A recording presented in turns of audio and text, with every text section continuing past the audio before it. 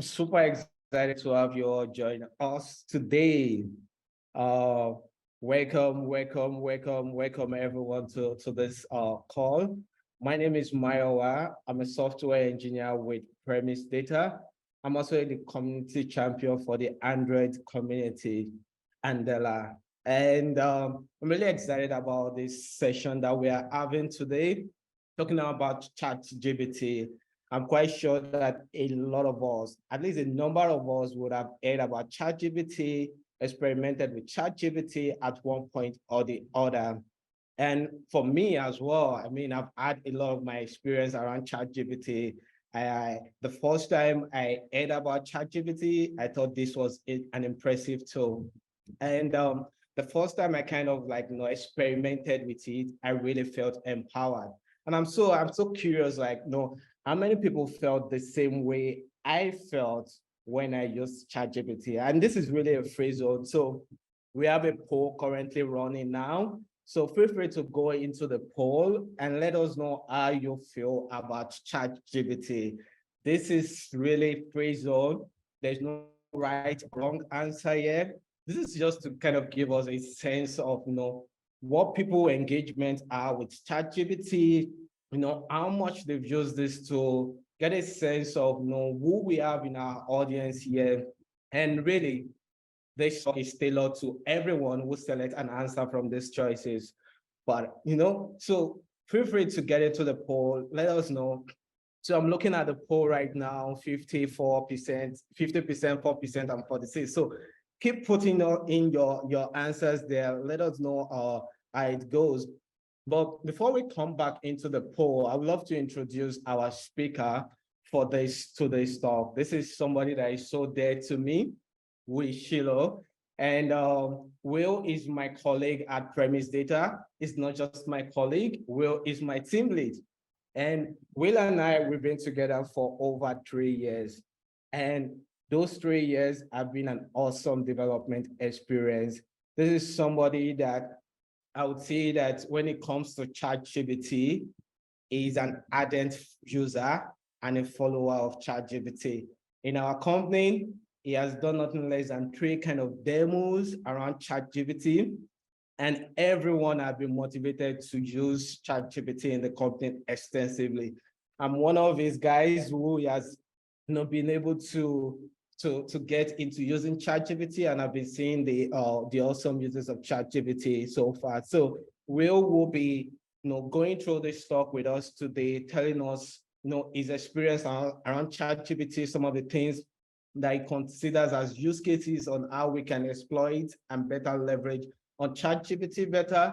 He'll be able to tell us some of the gotchas that we should look out for. He has got a lot prepared for us today. Will is currently on stage with us now. Hi, Will. How's it going? How do you feel today? It's going great, Maiwa. It's early morning over here in the United States, but super excited to start my day as you all end yours to get to talk about a subject that I care a lot about. I'm really excited about. Yeah, so much, Will, for joining us. Thank you for hosting the session. Let's look at what the poll result looks like. So currently, we have 49% of people have used ChatGPT, and they find it an invaluable asset for their software development tasks. We have 6% who haven't used ChatGPT, and they consider it a flaw for their software development work. So that is a considerable high number. And then 46% said they've not used it, haven't really tried it, but I think they are interested in it. What do you think about this poll? Yeah, man, that's a great question. I am excited that so many of you guys have actually had some experience. My hope is that in this talk, we'll kind of get to speak to all 3 of these camps and sort of think about the experiences of it, because it could be for some people it doesn't work great, or it could be that it has a few use cases that can work well, but you just haven't discovered them yet. Either way. And I think for the people who are using it, hopefully we'll get a chance to kind of think about like the ways we can use it well and the dangers, because there's always so many more kind of capabilities of it. This new technology is incredibly powerful and capable. For those of you who haven't, like who haven't used it at all. That's definitely a camp that I kind of spent a lot of time in, kind of investigating, sort of interested, but it was only kind of starting with a use case that I'll talk about in a few minutes that I got to the point where I was like, wow, this is something that can really empower my software development experience. So really excited to explore this with you guys. Feel free to continue to discuss in the chat, and looking forward to the Q&A to hear your use cases and experiences at the end as well. So yeah, Excellent, seems like a good excellent. mix. So guys, you've heard from Will, so let's dive into it. Over to you, Will. All right, let's get started. Thank you guys for weighing in on the chat. Really excited to explore this with you all. Give me just a second. I am going to present. Share screen. Here we go. This is a button I'm after. I'm going to go ahead and share my whole desktop, and we are going to present here. Let's see. There we go. All right. Can you guys see my screen all right? Excellent, excellent.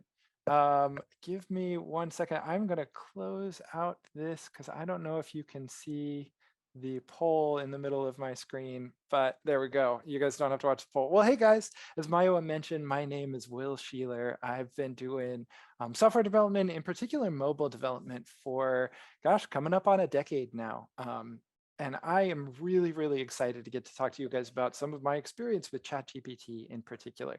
You know, I'll tell you guys, when I started using ChatGPT, I'll admit, I started like I did with a lot of technologies, which is skeptical. A friend of mine once sent this tweet to me. I thought it was really useful, so I thought I would start with it, like the stages of playing with GPT-3. Oh my gosh, this can do anything. There goes my job. Maybe I should start a business around this. Actually, some of these responses aren't too good.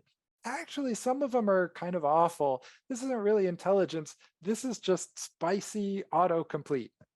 I love the phrase spicy autocomplete to describe ChatGPT, because not only is it kind of a hilarious way of describing it, it's actually a really good way to think about it in terms of what ChatGPT is and kind of how it works. We'll dive a little bit more into that later. But my first experience with ChatGPT actually was kind of a novelty usage. Everybody been kind of talking about it and posting memes and pictures of funny things ChatGPT said, and I thought, okay, well, let's see, what can I ask it? Let's ask it to describe the differences between Android and iOS development from the perspective of Star Wars characters. And like, it gave me this conversation between Yoda and Jar Jar Binks about which one was better. It's like, that's kind of funny, but I don't know if I was like, sour because it made Android development Jar Jar Binks and he's inarguably the worst of those characters, or what. But I kind of dropped it at that. I didn't really think of anything beyond just kind of, like I said, novelties or memes or replacing a sentence with talking like a pirate or something like that. But a couple of months later, well, maybe it wasn't months, maybe it was weeks. A little while later, I had this kind of interesting opportunity where I had a need to write a script. And we'll dive a little bit more into this in a little bit, but I had a need to write a GitHub action script for our team. It was something we'd been kind of wanting to script for years. It was a script for cutting our release branch. On our mobile team, we have our release branch that we cut at the end of each sprint. We kind of wanted to be automated. It was a process of cutting the release and then bumping the version on master. It didn't take long. It was maybe half an hour, but a half an hour of somebody's time once every other week for, as Mayowa said, the 3 years we've been working together, that kind of adds up. However, I didn't want to spend the time to actually write the script myself. And so I got ChatGPT to do it. And the results kind of astounded me. We'll talk about this again a little bit more in just a couple of minutes, but it really sort of took me from this journey of viewing ChatGPT as kind of a novelty, as something that was kind of a neat, like, kind of a game that you could play, to something that could actually change the way that I do my job. So before we dive too much into the actual use cases, though, I want to talk a little bit about what ChatGPT is. And this is kind of important because we see ChatGPT as an interface, but under the hood, the thing that it's doing is actually pretty interesting. So we'll start there. Then we'll talk about a couple of use cases. I already gave you guys the spoilers of small scripts, but I've got a couple others that I've found that ChatGPT is really, really good at. Then we'll have a couple of tips on writing great prompts, and then a couple warnings for ways that I've experienced things can go wrong, as well as some examples. So that'll be our general schedule today. Let's dive in. First, what is ChatGPT? So what I mean by what is ChatGPT, not a dialogue, it is a language learning model. And the interesting thing about ChatGPT is it has something to say about everything. If you answer it any question, it will respond. But, and this is important, it does not know anything. This is a really interesting thing to talk about when I talk with like my mom or my aunt, people who I know that are not as technologically capable. They say, wow, this thing knows everything. Well, actually, going back to the spicy autocomplete joke that the guy on Twitter made earlier, it actually doesn't know anything. And this is a really important distinction because it'll never say no. The thing that ChatGPT does is it gives you the most likely way, based on the information that it was trained on, that somebody would answer a question, which is very different than saying something that is true. Now, the fortunate thing is, based on the data that it's trained on, if there is a true answer, it is likely to give it to you. But if there is not a true answer, it will give you the thing that is the most directionally close to what somebody would say, which can mean make something up.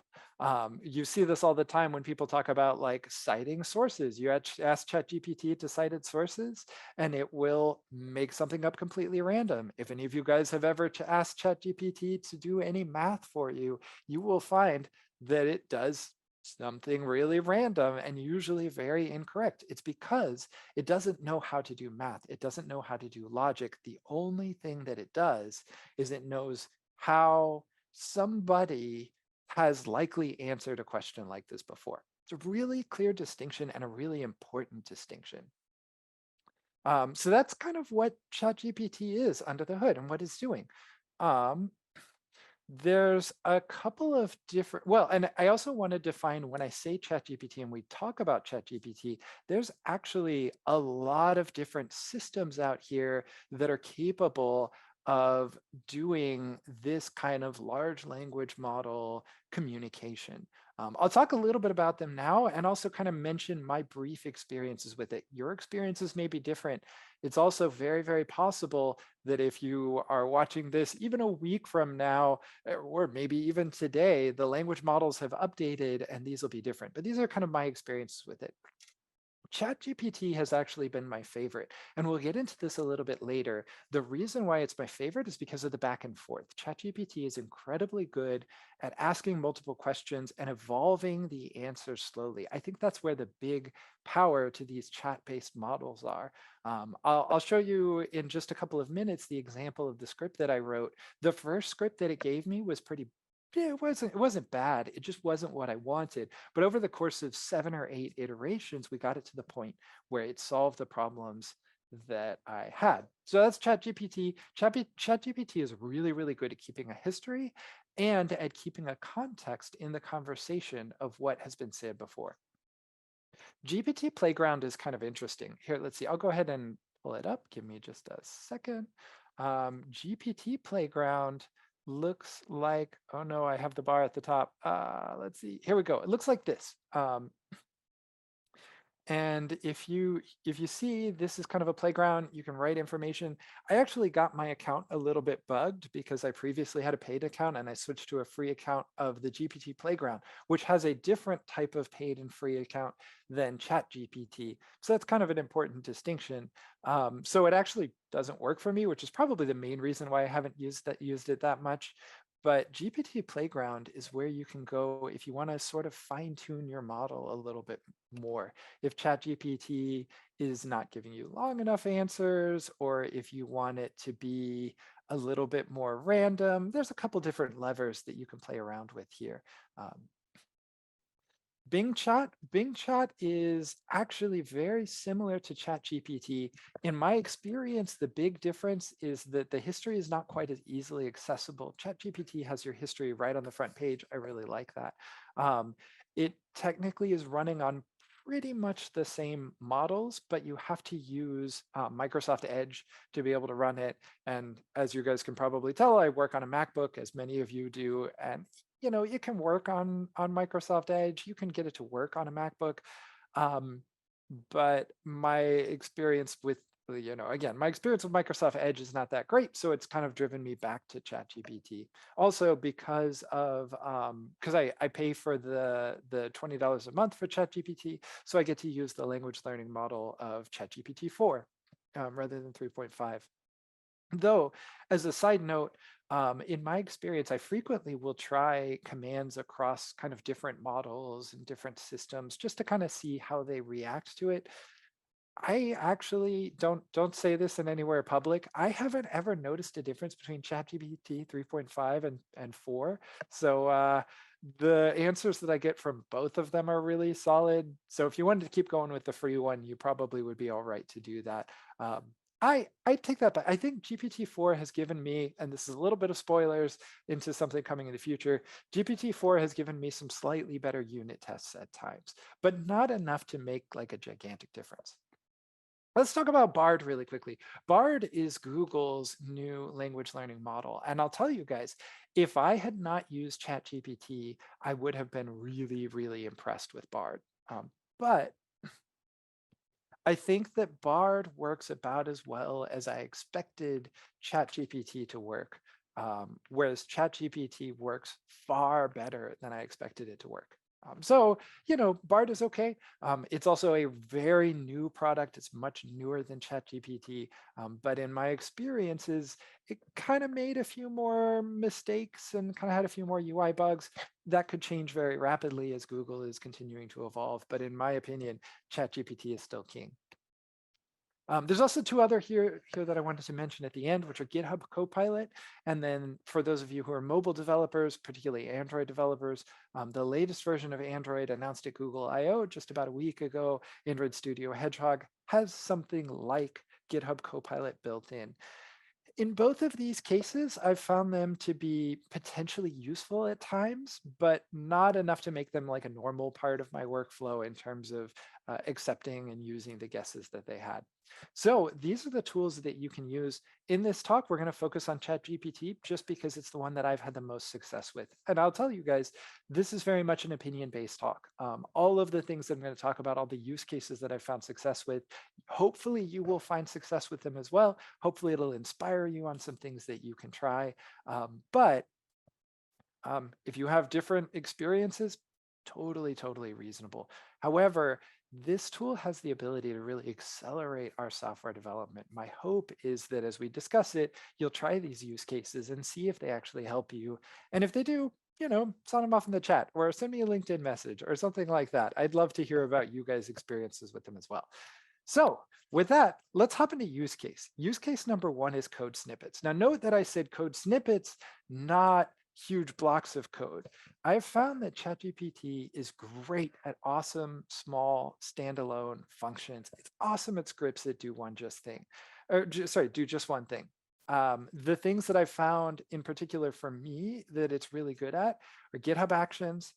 For those of you who use Gradle, my experience with Gradle in the past has basically been you just make random edits until it compiles and then pray that it doesn't break and don't touch it again.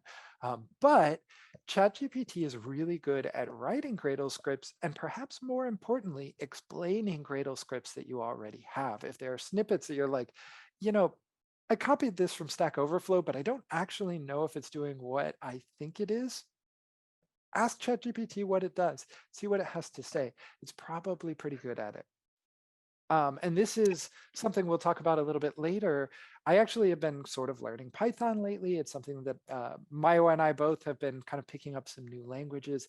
It's really good at Python because Python tends to operate in short snippets and single methods. And perhaps my favorite use case of it.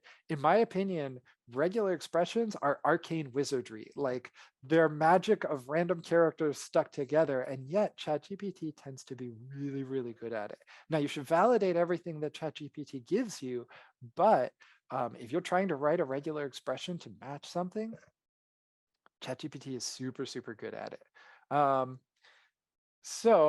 However, there are a few warnings. It's bad at variable scope and it's bad at complex methods. With that, I want to hop over and look at a use case really quickly, particularly the one that got my attention in the first place.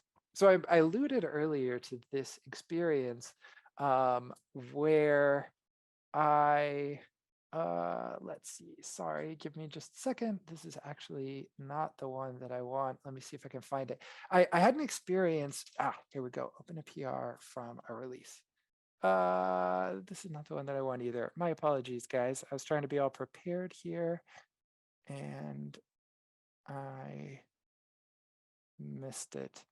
I had an experience where I asked ChatGPT to auto create PR for release branch. No, this is not the one either. I'll go ahead and while is this the one? Yeah, here we go. This is my favorite use case. So this is the one that I kind of alluded to earlier, where every sprint,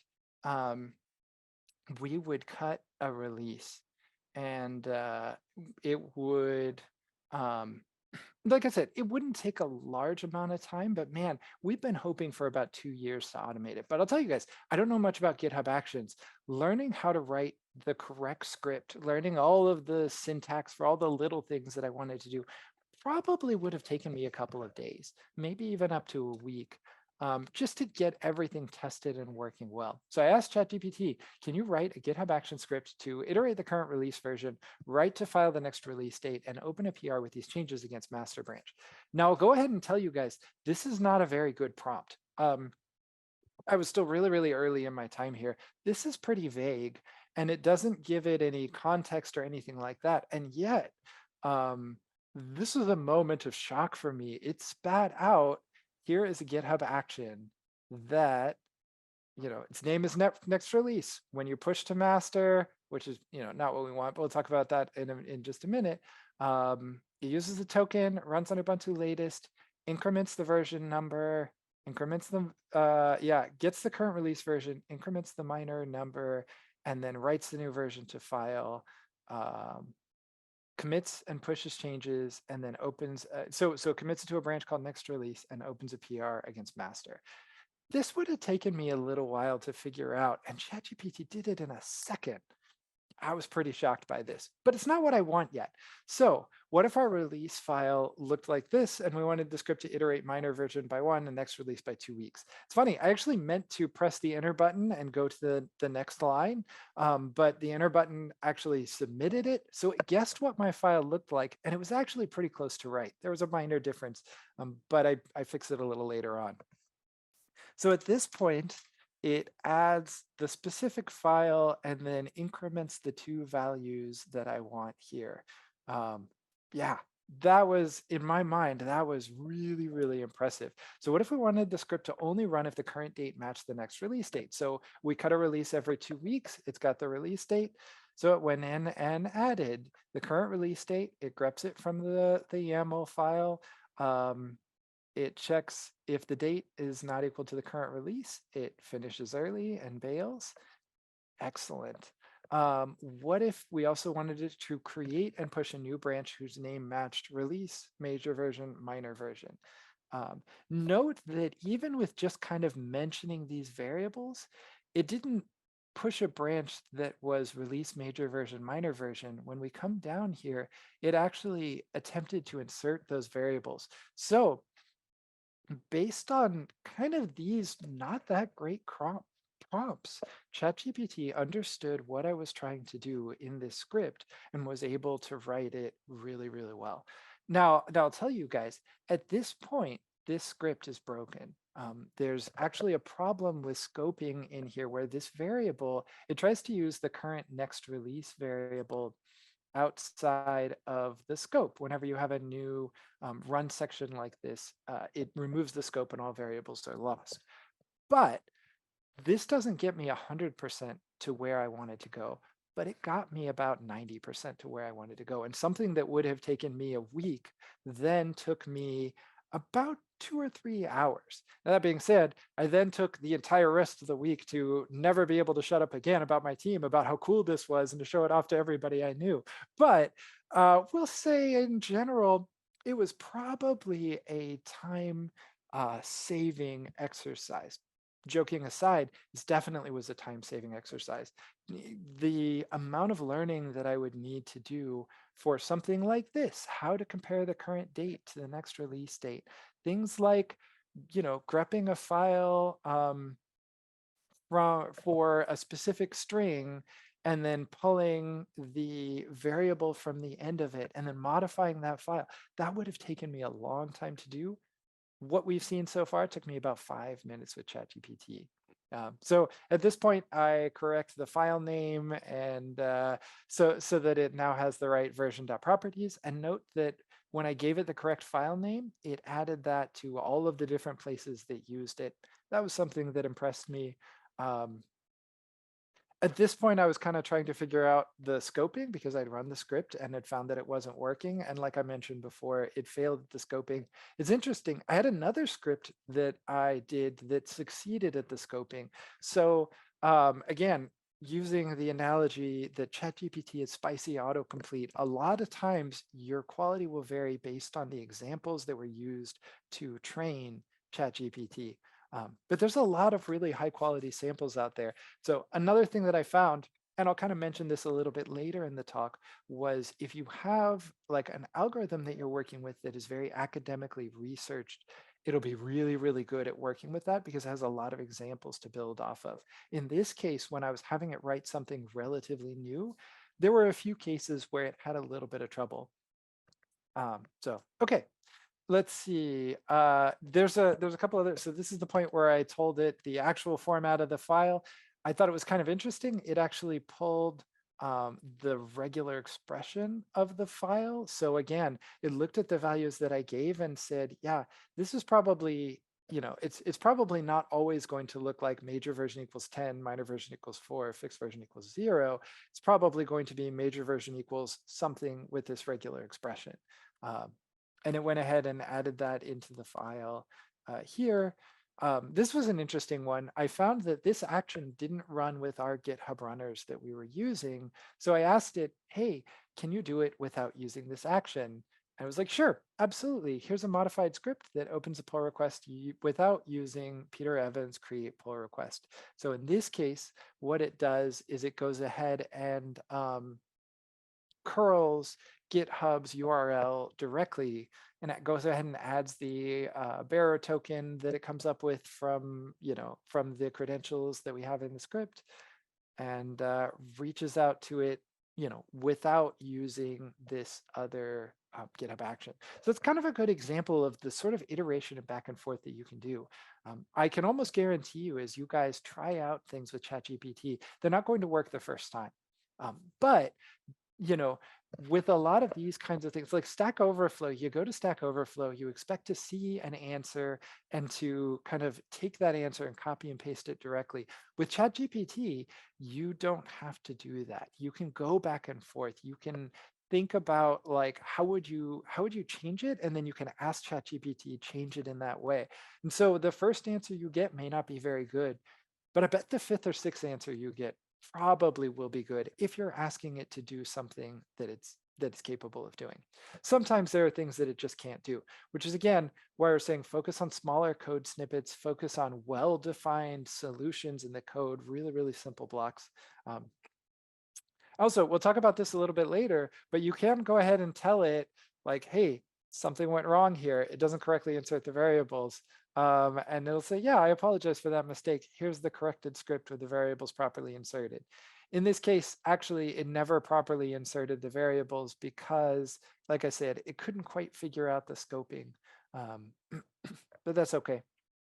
I can figure out the scoping. I got to do something to, make myself still useful around here. ChatGPT can do everything but the scoping. I'll handle that, and we can call it teamwork. Okay, so that is the use case of code snippets. It also kind of covers the use case of conversations. In this case, I just wanted to, oh, sorry, that was not conversations, that was conversions. My second point is conversions, moving from one library or framework to another. Yeah, it's actually really, really good at this. So we recently moved from using a serialization system. Shoot, what was that called, Maya? Was that Parcelize? Anyway, we used a third-party serialization library to moving to Kotlin serialization framework. I was able to take a block of code that we had that was using this old serialization engine, paste it in, and get ChatGPT to switch the serialization, switch all the constants, and then kind of define any trouble that it may run into. So again, if any of you guys are using Kotlin serialization, sometimes you need type converters. ChatGPT is really good at writing type converters. One of the big pains of doing that kind of, I'm sure all of you have moved from one library or framework to another, where you had to just go in and do kind of grunt work of changing a DTO to another type. ChatGPT is really, really good at that kind of conversion. Use case number 3, simple unit tests. Yeah, so notice that I said simple unit tests here. One of the first use cases, I don't know if you guys have used mobile developments. If any of you, I know some of you may be Android developers. If you've used coroutines, coroutines caused it to struggle a little bit. But for simple classes that don't have any kind of complex thread jumping or something like that, you can paste it into ChatGPT and say, hey, write some unit tests for this. And in many, many cases, it will be able to. Now, again, complex dependency objects might need iteration. So I had one where I gave it a class and it kind of guessed what an object was like, but I had to be like, okay, what if this class looks like this? And kind of pasted a data class into it. And then I was like, oh, well, then I would unit test like this. So let me give an example of this from a Kalman filter that we implemented. So a Kalman filter is a GPS smoothing algorithm that we use because people were having trouble with GPS accuracy. So it's really a pretty straightforward algorithm. An interesting thing that I found was because Kalman filter is so commonly used of a system, ChatGPT was great at writing information about it. So pasted in the Kalman filter, I said, hey, we have this, it doesn't really have Java documentation. Can you, or like Java docs, can you add some Java docs to it? Certainly. So it went in, added some to the class, added like comments to each of the parameters. Now, something really interesting happened here because the Kalman filter is really like scientifically understood. But most of the academic use cases that used it were a little bit older.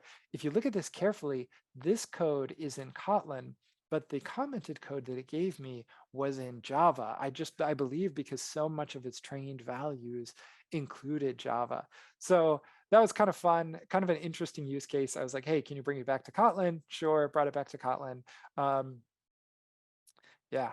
Then, I kind of went back and forth with it a little bit. Can you recommend any simplifications or variable name changes? It had a couple little recommendations here.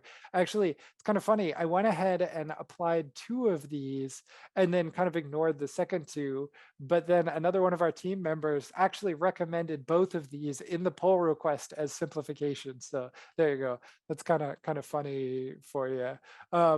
And then I asked, do you have any other recommendations? And he gave me a couple more. I actually didn't use these recommendations because they didn't work for me. Can you add detail to the Java doc around the process function name? In this case, it actually added really extensive information of what this function did. Would you recommend any other names for the method? No, it actually said process is a pretty common name for this sort of thing. So it's a good choice for this function. This is where it got interesting. I found the Kalman filter online, but I wasn't really 100% sure that my understanding of how to use it was right. So I asked ChatGPT, how would you use an object like this? It actually said, to use an object like this, you create an instance, you set its initialized variable, and you call the process method. And that's how a common filter should work. So again, this is a good use case of understanding how these things fit together. But we wanted to talk about unit tests. So because the common filter is such a commonly understood class, so once again, I kind of pasted it in here. I said, can you write some unit tests? Actually, it gave me some pretty good unit tests for it. Testing initialize, testing processing a variable, and testing getting the accuracy afterwards. But I didn't want to just test process once. So I asked it, could you do more tests around processing values? It actually gave me a bunch more tests that included some edge cases. So I thought this was really, really cool. Again, the common filter is a really simple, straightforward mathematical process. And so for something like that, ChatGPT is great at writing unit tests. So it could go in and present these. Now, actually, a couple of these tests failed when they first ran, but they covered really useful cases. And so even though they failed when they first ran, it was really, really easy to fix them up a little bit and to suddenly have, once again, 80 or 90% of my unit tests written for me. And then, we could go ahead and say, yeah, give me a few other tests in here covering good and bad locations, and the test that it gave wasn't that far. So again, examples of how you go through and iterate on tests like this to get them to be, deeply valuable to you. All right, so that's an example of unit test. Use case number 4 is learning new languages. Actually, Miowa, was jumping into a new project in our ecosystem. And one of the first things that he did was actually, he pulled a block of code and he said, hey, ChatGPT, what can you tell me about this code? What do I need to run it? What language is it? How does it work? All of that stuff. Now, we'll come back to this a little bit later, but make sure that when you do that, don't use anything proprietary. Make sure that you have small innocuous segments of code that don't do anything interesting. We'll talk about that in a little bit. But ChatGPT spat out some information about what he was looking at and some tools that he could use to work with it better.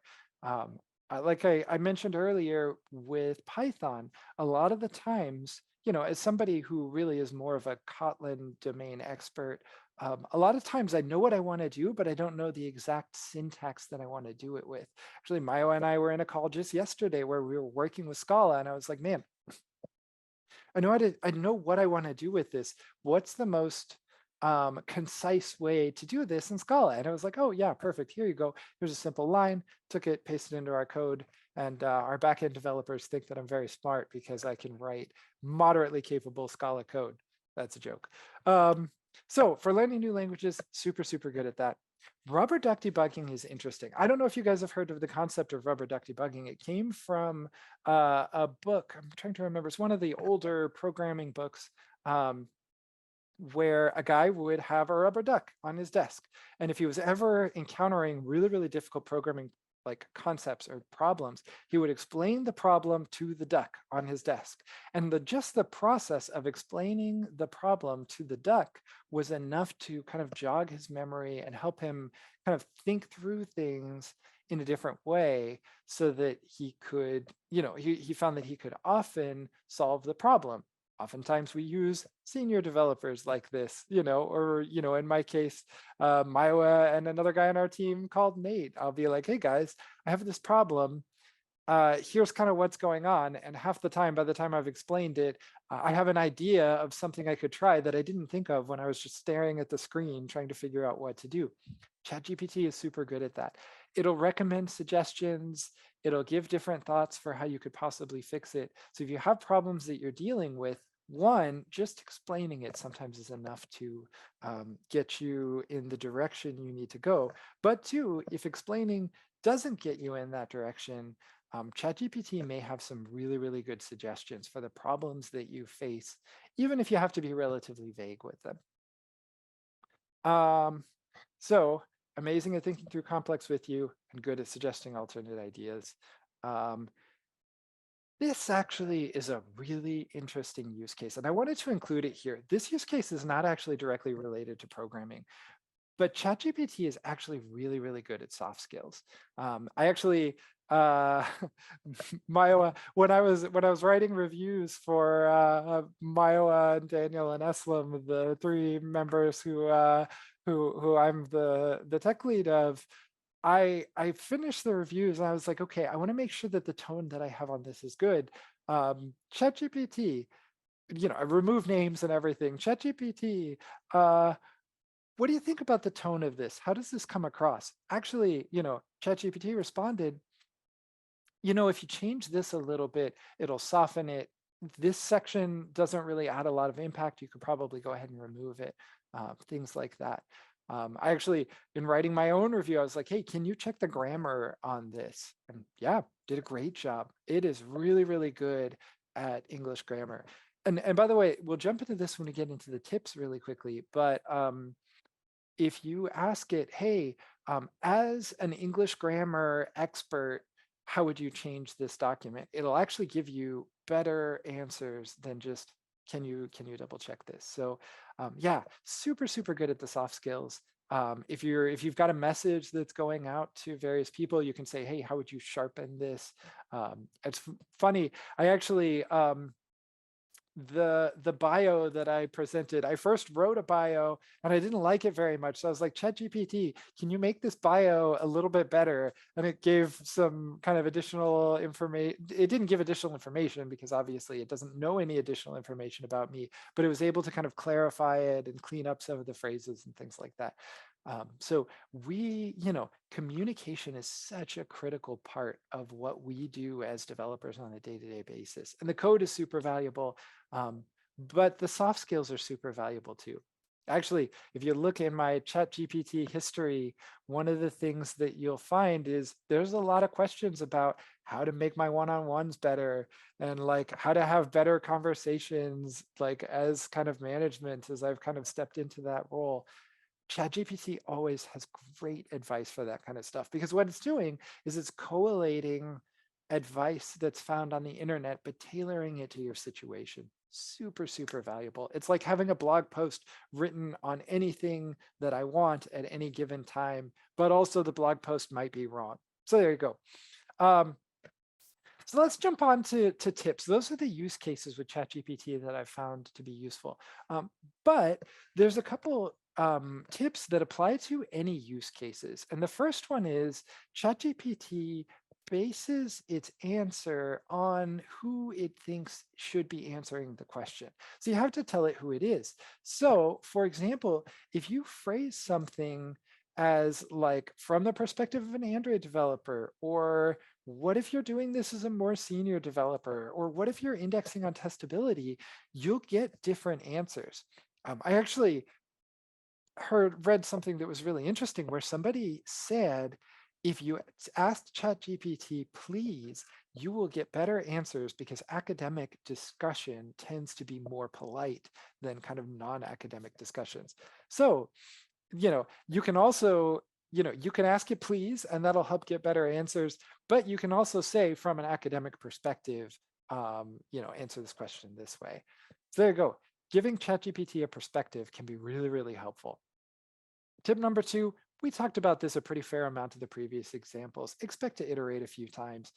Your first answer is rarely the exact solution that you want. But remember, this is not a Stack Overflow question. This is a conversation. Start small, build it slowly, ask clarifying questions. And it, like in my experience, it almost always gets you to where you want to go. That being said, we talked earlier about a few use cases that it just wasn't able to get there, but that's good. I guess that means I get to keep my job for a little while longer. Again, expect it to only get you 80% of the way. So if you go in thinking you're going to end up with code that you can copy and paste in your project, you'll be disappointed because it's not there, at least not right now, but it can get you really, really close. It'll, like in my experience, it took me from about 5% of the way to about 80% of the way. I still had to do the last 20%, but if you think about it, it's about 75% of the problem gone. So, there could be use cases where you're spending more time debugging ChatGPT code than you are actually writing it.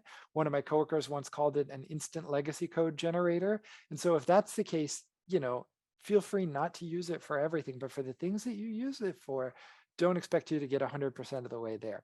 Actually, I have a funny story about this one that's not actually related to software development. When I bought ChatGPT 4, I was trying to think of funny use cases for it. So one of the things that I did was I asked it to write me a Broadway musical about Android development. And it did. It wrote me Hello World, the musical, which is the story of an enterprising software engineer who, with the help of his personal assistant Siri, which I thought it was funny that it was an Android developer with Siri as his assistant. I don't know if it was thinking that Siri was just the most common name for an AI assistant, or if it was trying to make a joke that like this guy was an Android developer and Siri was like begrudgingly helping him the whole time. Like, sure, you can do this using coroutines, but you really should switch to iPhone development. Anyways, so it wrote like the summary of a Broadway musical, and it wrote like 3 or 4 songs for it, like Sink or Swim with SYNC and the Debugging Blues. And so I asked it to write lyrics for the Debugging Blues and tablature, and I gave it to one of my coworkers who does like piano and is really good at jazz, and he actually recorded it. So maybe I'll see if I can find a copy. I don't. Maybe you can ask Maiwa if he has access to the link. But he didn't take it as it was. He took it. He changed a bunch of values. He added a bunch of programming references to make it more clever and less vague. And so in that case, it also got him probably closer to 60% of the way. But this is to say, even outside of software development, you don't expect it to get you 100% of the way, but it can take you on the road to something that is excellent. So anyway, that's tip number 3, 80% of the way. The code will contain bugs, it's particularly bad at scoping, and you'll need to connect the dots, especially if you're trying to do something bigger than what you're asking it. Tip number 4 is let ChatGPT critique itself.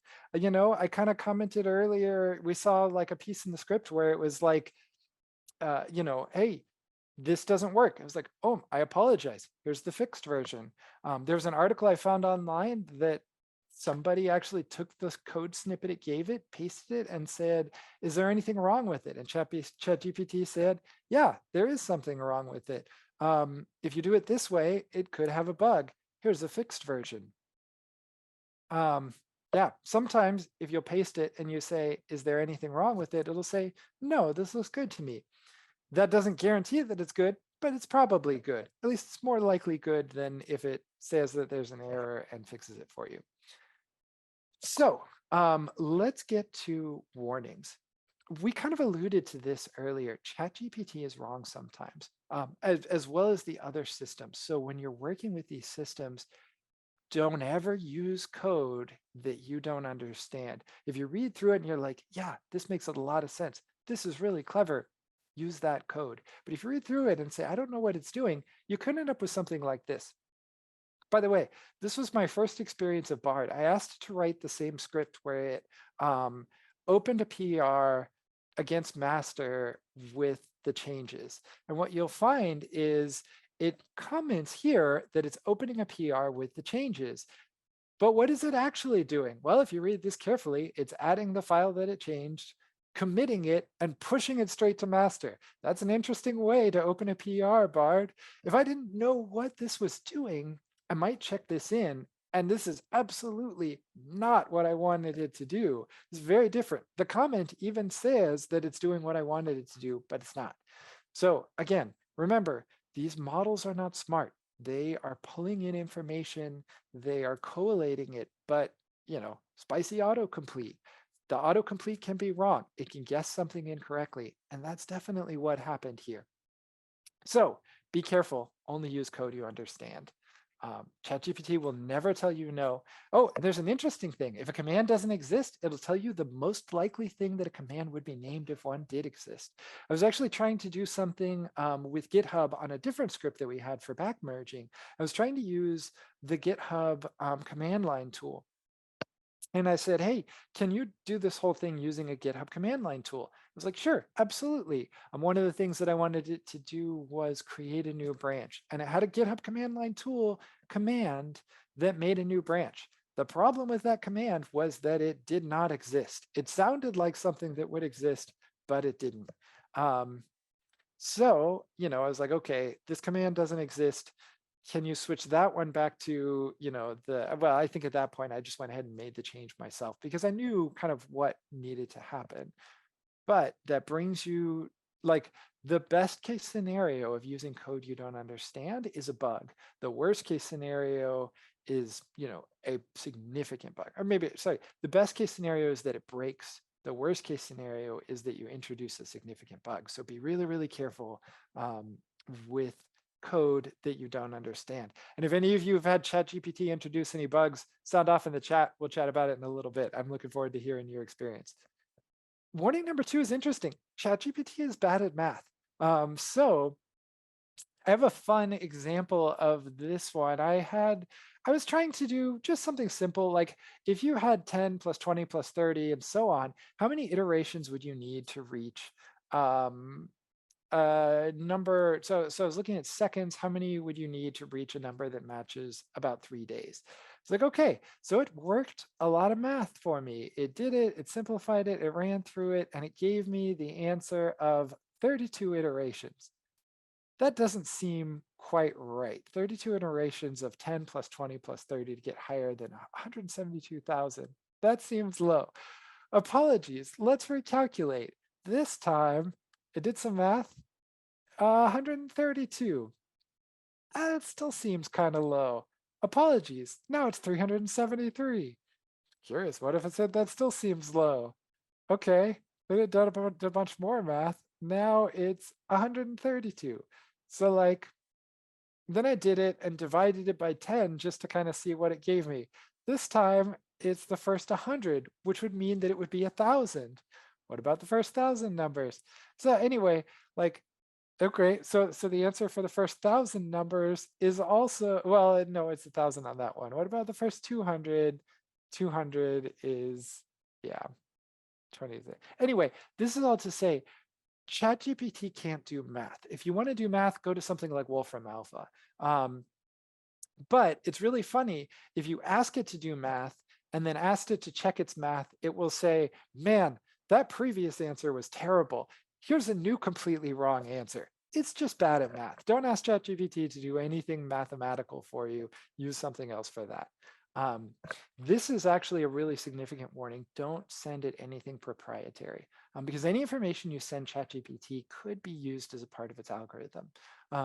There was an interesting use case where there were a couple developers at Samsung that got fired because ChatGPT started answering questions with proprietary Samsung values. And they learned these guys were basically taking large blocks of proprietary information and sending it to ChatGPT. And yeah, they got fired for it. I don't know if there was a lawsuit, but it's very possible that it could. So be careful with what you send to ChatGPT because it could very well cause problems for you if you send it anything personal or proprietary or anything like that. Anonymize your code, remove any names, remove anything that's like potentially a company secret or anything like that. Yeah. And warning number 4 is data may be stale. I mentioned earlier, just really quickly, when we were looking at the GitHub action that it wrote, that it used the Peter Evans create pull request command, but that command didn't work for me. The reason why it didn't work was because it used create pull request v2, and the current version of create pull request was v4. v2 was about 5 years out of date. Even with the most up-to-date information, it may be stale. But considering where it's pulling data from, there's a lot of stuff in here that could be really old. With ChatGPT, with GitHub Actions variable scoping, there's 2 ways to do it. There's a new one and an old one. I don't think I ever saw it use the new one. I think I always saw it use the old one. So just be warned, data can be stale. So that's it.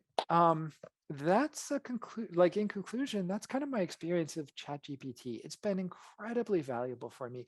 It saves me a lot of time these days.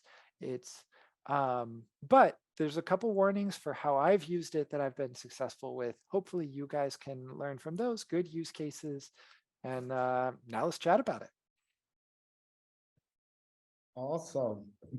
Awesome, awesome. Thank you so much, Will. That was really, really interesting. I had fun myself. I really had fun. There were a couple of like chat conversation going on the Oh, chat bot. Somebody mentioned that they are using ChatGPT. I mean, I don't know if it's a male or a female, but the person used ChatGPT for translation. I yeah. thought that was incredible. That was incredible. We have two questions. Very quickly, just 2 minutes to the end of our time. We would need to be very brave. The first one says, how safe is ChatGPT with privacy, especially using it to debug code from the company you are working for? Yeah, we talked about this a little bit at the end there. It is not. You need to be really, really careful about the privacy of code that you send. I think it's great for starting something new. I think it can be useful if you're working with code that is relatively boilerplate or relatively standard. But I would not send anything that is even remotely proprietary. Yeah, great question. Cool. Um, Cool. More questions are coming in. Yeah, let's do it. We And have by to the do way, this quick. I have a little bit of time over. I don't know about you guys. I Yeah, I think apologize. it's I got really excited. time bond. So Okay. let's see how fast we can get to this. Does ChatGPT solve the problem of plagiarism? Um, that's an interesting question, and I'm not sure about I'm not sure. I think it depends on what you mean by the problem of Yeah. plagiarism. As software developers, we often kind of trade code with each other. That's kind of a standard part of our process. Um, So uh, I think that you can typically use code from ChatGPT. I think that in an academic environment, it doesn't. I think in an academic environment, it actually causes a lot more problems because people can be pulling code and information like that, and they don't necessarily know where it comes from. It could be plagiarized, and at very least, it's not something that the writer wrote themselves. So yeah, that's a good question. Yeah, another one here says, any information about lang chain with ChatGPT? I'm guessing LangChain is a tool, from what I've seen here, is a tool that is used for database connection. So Yeah, I don't know anything about that. That could yeah. be a use case that I'm not aware of. Yeah, good Yeah, question. interesting. Let's see. Yeah, have you used AutoGPT before? I haven't. I don't know what it is. I might have to look that up. Yeah, I think it's interesting. I'm trying to connect my database. Okay, this is like a follow-up on the Yeah. LangChain. Like, I had issues using ChatGPT plugin for Android Studio Flamingo. I couldn't get it to work. Any advice? I also couldn't get it to work. I mean, I don't know if that's advice, but this is to say it's not just you. I also couldn't get it to work. I tried the Android Studio Hedgehog the kind of Bard driven plugin as well. Yeah, I found it to only be moderately useful. I still use the This, web we are version. right on time. We're right on time. This last question I think is particularly interesting. Is it safe to connect production data with ChatGPT? I'm certainly not authorized to answer that question, but I would not be comfortable connecting to production data with it. Yeah. Excellent, excellent, Will. Thank you for running through the questions with us. Really Yeah, appreciate absolutely. the time. You guys are great. Thank you guys for continuing the discussion and everything like that. You guys are awesome. Thank you so much for coming and listening. Yeah, same here. And that will be all from us. You'll get the recordings. See you some other time. All Bye. right. See you all soon.